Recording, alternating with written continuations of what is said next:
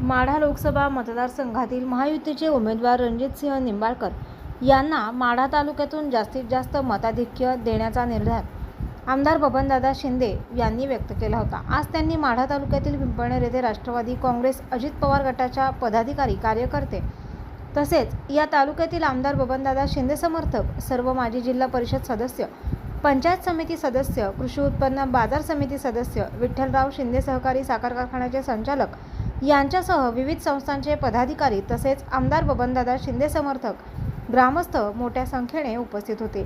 या बैठकीनंतर माध्यमांशी बोलताना आमदार बबनदादा शिंदे यांनी खासदार रणजितसिंह निंबाळकर यांनी कृष्णा विमा स्थिरीकरणाच्या कामास गती दिल्याने माढा करमाळा तालुक्यासह सोलापूर जिल्ह्यातील शेतीच्या पाण्याचे दुर्भिक्ष संपुष्टात येणार असल्याचे सांगितले।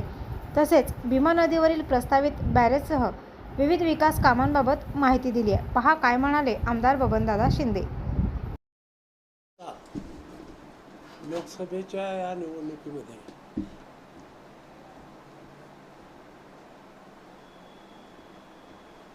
जे पाण्याचे प्रश्न आहेत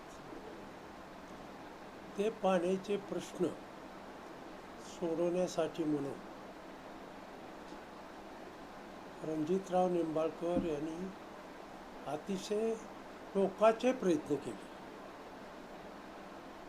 आणि कृष्णेचं पाणी फ्लड डायव्हर्शन जो सांगली आणि कोल्हापूरला दरवर्षी पुराचा धोका आहे, तर तेच पाणी जी सुरुवातीला तिकडं पडतं ती पाणी आपल्या उद्धट बंधाऱ्यात आणायचं आणि उद्धट ते उजनी धरणाचा बोगदा आता तयार आहे, पण नेरा खोऱ्यातलं पाणी आहे। आता बोगदा तयार आहे आणि हा जर बोगदा झाला, कृष्णेचं पाणी जर नेरेत आलं तर मला वाटतं जवळपास 51 TMC पाणी आपल्याला ह्या सगळ्या पश्चिम महाराष्ट्रातल्या लोकांना मिळतं आणि ह्या 51 TMC पाण्यामध्ये माढा तालुका आणि करमाळा तालुक्याला जवळपास 60 TMC पाणी आम्हाला मिळते। पंढरपूर आहे, पंढरपूर आता उजनीची अवस्था जर बघितली आपण तर 2 पाळीसुद्धा मिळत नाहीत आपल्याला। त्यामुळं उजनी आता भविष्यकाळामध्ये अडचणीचं झालं आणि म्हणून जर ही कृष्णेचं पाणी आलं तर उजनीत आपल्याला खरीप रब्बीमध्ये तिकडलं जादा झालेलं पाणी येईल आणि उन्हाळ्यामध्ये आपलं उजनीचं पाणी राहील। तर अशा पद्धतीनं आमचा खासदार साहेबांनी प्रयत्न केली, केंद्र सरकारकडनं त्याला मान्यता आणली, शेवटच्या कॅबिनेटला 2000 कोटीची तरतूद केली। हा जवळपास प्रोजेक्ट 30,000 कोटीचा आहे आणि हा प्रोजेक्ट झाला तर मला वाटतं सोलापूर जिल्ह्याचं जसं उजनीनं पहिलं नंदनवन केलं तसंच ह्या पाण्याने नंदनवन होऊ शकतं। त्याचबरोबर आता सोलापूरला पाणी दुसरी पाईपलाईन झाली की आपल्या भीमा नदीत पाणी कुठलं येणार। आता 4 तास 5 तास लाईट आहे, वास्तविक पाहताना लाईट खरं भीमा नदीवरची बंद करायची कारण नाही, पण त्यांनी या कलेक्टरनी बंद केली आणि आम्ही त्याच्या बाबतीत प्रयत्न करतो आहे की 8 तास लाईट मिळाली पाहिजे आणि भीमा नदीवर बॅरेजेस बांधले पाहिजेत। जे पावसाळ्यातलं पाणी खाली जातं आहे कर्नाटकात, ती जर आपण बॅरेजेस बांधले तर 1-1.5 TMC पाणी त्या 4 बॅरेजेसमध्ये राहतील आणि ही 4 बॅरेजेस आणि शेना नदीवर 2 बॅरेजेस अशा पद्धतीनं आमचं भविष्यकाळामध्ये बॅरेजेस बांधले तर पाण्याचा प्रश्न सुटणार।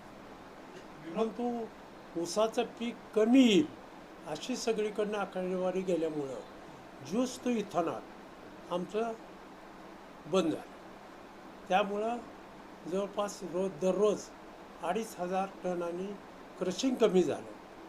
मागच्या 3 महिन्यात 3 लाख टन क्रशिंग माझं कमी झालं। ती क्रशिंग कमी झाल्यामुळं आज मला एप्रिलपर्यंत कारखाना चालवावा लागतो। हा जर निर्णय त्यांनी योग्य वेळी घेतला असता तर हा प्रश्न आला नसता। भविष्यामध्ये माढा तालुका, पंढरपूर तालुका आणि माळशेर तालुका इथल्या जर जनतेची इच्छा असेल तर निश्चितपणे पुढच्या कालावधीमध्ये रणजित भाईला आम्ही उभा करणार आहोत. आपण पाठीमाग पहिलीच बैठक झाली होती निंबाळकर साहेबांबरोबर. त्याच वेळी तुम्ही सांगितलं होतं की करमाळा माढा 2 लाखाचं लीड हवे देऊ. आजची परिस्थिती बघितली तर नाही, मी 2 लाखाचं लीड मागच सांगितलं होतं. सगळ्या आपल्या 6 तालुक्यात, असं आहे ना. माढा आणि करमाळ्यात मी कधीच म्हणलो नाही. म्हणजे 6 तालुका आपल्या लोकसभा हा मतदारसंघात आपण 2 लाखाचं लीड देऊ असं मी बोललो. पाठीमागच्या लोकसभा निवडणुकीत मामा भाऊ उभे होते. त्यावेळची जी विरोधक होते ते पर्यायानं भाजपचेच होते. मग ते आता सध्या तुमच्यासोबत आहेत का? हे भाजपचे लोक जे आहेत ते भाजपचे खासदार साहेबाबरोबर आहेत. शिंदे साहेबाचे जे लोक आहेत ते खासदार साहेबाबरोबर आहेत. त्यांनी ज्याच्या शिवाजीराव सावंत, करमाळ्यातले, पंढरपूरचे त्यांच्या सगळ्या लोकांनी त्यांना पाठिंबा दिलेला आहे.